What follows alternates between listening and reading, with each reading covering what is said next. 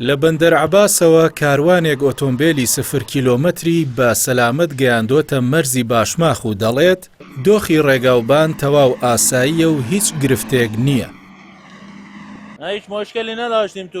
هیچ گرفتێکمان نەبوو لە ڕێگا، بەبێ هیچ گرفتێک، هیچ خۆپیشاندانێک، ئاسایش سەقامگیرە. سپاس بۆخوا. من لە بەندەر عەباسەوە هاتووم، ئەمنیەت جێگیرە. شۆفێرێکی دیکەی ڕۆژهەڵاتی کوردستانیش دەڵێ لە کارکەوتنی سیستەم بەهۆی نەبوونی ئینتەرنێت و بەستنی بەشێک لە شەقامەکان بەهۆی دابەزینی پلەکانی گەرما و مامەڵەی سنوورەوە تا ڕادەیەکی زۆر هاتوچۆکردن لە ڕێگاکە خاو بووەتەوە. تەسیرەکەوەی سیستەم نامێنێ و ناماکەنە ژوورە و خاوە و لە دیوی ئێران هەشت تەلەفۆنێک قەدع بوو هەمووی بارکەمیەت و کێشەکە ئەوەیە لەوە لە مزارە.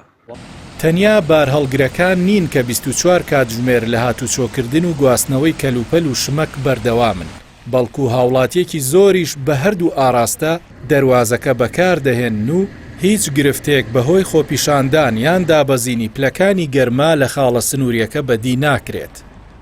وڵا شتێکی وا هینی نەکردووە لەخوا بە زیاد بێشکر ئەمنە و ئەمانە و هیچ مشکڵێکمان نییە. ناوەڵا ئەو خواردنە چی گوازنەوە؟ چی؟